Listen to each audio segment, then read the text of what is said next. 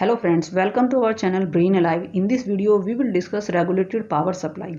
A regulated power supply converts unregulated AC voltage or current to a constant DC voltage or current. AC voltage means alternating voltage or current.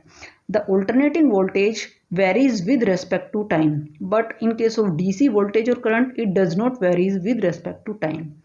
A regulated power supply ensures a constant output even if the voltage at the input changes. It is also known as linear power supplies.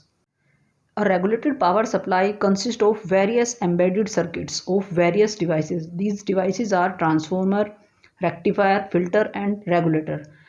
This shows the block diagram of regulated power supply. We will discuss one by one each of the devices. In regulated power supply, generally step-down transformers are used. Step-down transformers lowers the voltage that is coming from the AC line because AC lines consist of high voltage, and this step-down transformer lowers the voltage because lower voltages are required for various instruments that we use in our houses or where the power supply is needed.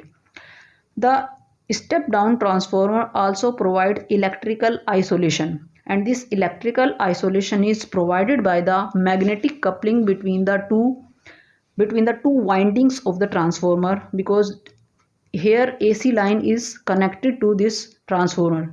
This is the primary side and this is the secondary side. So the two circuits are electrically isolated by this magnetic coupling. They are not actually connected to each other. They are coupled through magnetic coupling. So electrical isolation is also provided by the transformer. The isolation is needed because it safeguards our circuits and also the human beings. Also, the transformer only lowers the input voltage that is coming from the AC line. It only lowers the input voltage, but the frequency remains the same. So the output of the transformer will be like a sine wave. The output from the transformer is fed into a rectifier. This rectifier converts this AC wave into a DC wave, or we can say a unidirectional wave. The output of the rectifier will be like this. This is only in positive direction. So it is called unidirectional output or the unidirectional voltage. The rectifier that we can use are full wave rectifier, because half wave rectifier have more ripples and a full wave rectifier has less ripple. So generally we use full wave rectifier, and the rectifiers that we use are center tap rectifier or a bridge rectifier can be used.